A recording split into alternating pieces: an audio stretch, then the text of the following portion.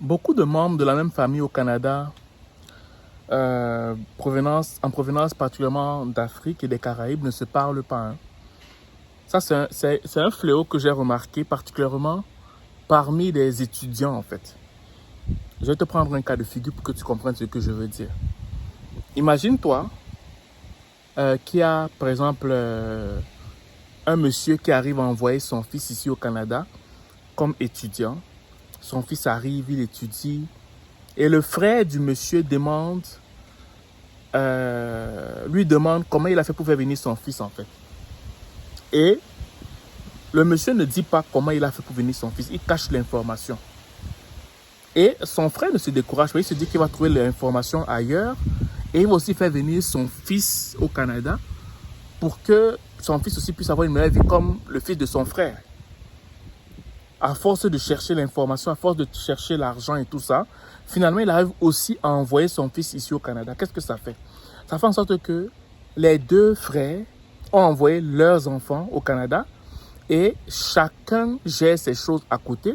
Pourquoi? Parce que le premier n'a pas voulu donner l'information à son petit frère, en fait, ou son grand frère, peu importe. Et ce fléau-là, c'est plein ici au Canada.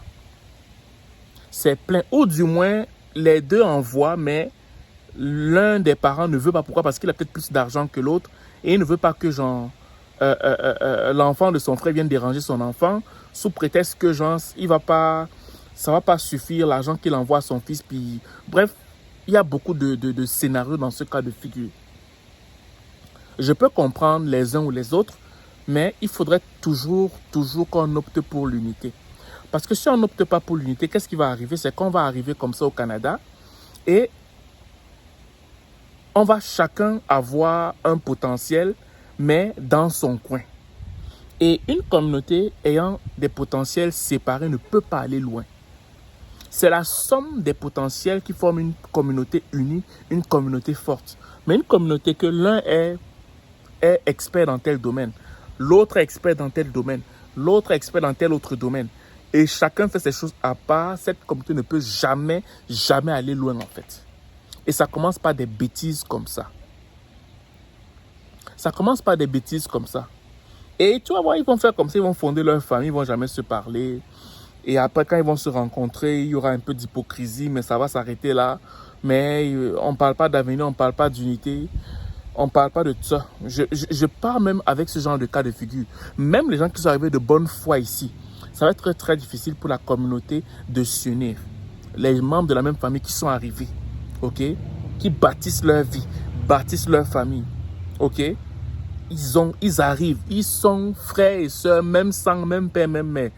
Tu vas voir que c'est très rare qu'ils vont s'unir ensemble pour pouvoir bâtir quelque chose dans la communauté. Ça va être très rare. Donc, je fais vraiment cette vidéo juste pour qu'on puisse être sensibilisé afin comment dire ça? Afin de regarder à l'essentiel. Parce qu'avec la crise qui frappe, l'inflation qui frappe, manger ton argent seul, ça ne va pas suffire. Faire tes choses toujours seul, ça ne va pas suffire. C'est la somme des actions qu'on va poser qui vont aider la communauté, qui va aider ta famille, qui va aider ton frère, qui va aussi t'aider toi. Mais penser toujours en singleton, ça ne peut plus marcher. Ça ne peut plus marcher. Tu auras beau essayer de dire que non, moi, je suis meilleur que lui, je ne veux pas qu'il vienne prendre mon argent, je ne veux pas qu'il... Ça ne marche plus comme ça. Essaye, continue d'essayer, tu vas voir. Continue d'essayer, tu vas voir. Donc, on est obligé d'être unis. On est obligé d'assembler nos forces. On est obligé. Ce n'est plus une option. Ce n'est plus optionnel. C'est une obligation pour qu'on puisse s'en sortir. Pas pour faire des projets, mais pour s'en sortir dans le quotidien. Pour s'en sortir dans le quotidien. Donc, c'est une petite vidéo juste pour vous sensibiliser en vous disant de regarder à l'essentiel. En place de regarder à nos égos. Parce que si on regarde à l'essentiel, on va aller loin. Mais si on regarde à nos égos, on va rester toujours séparés, en fait. Voilà.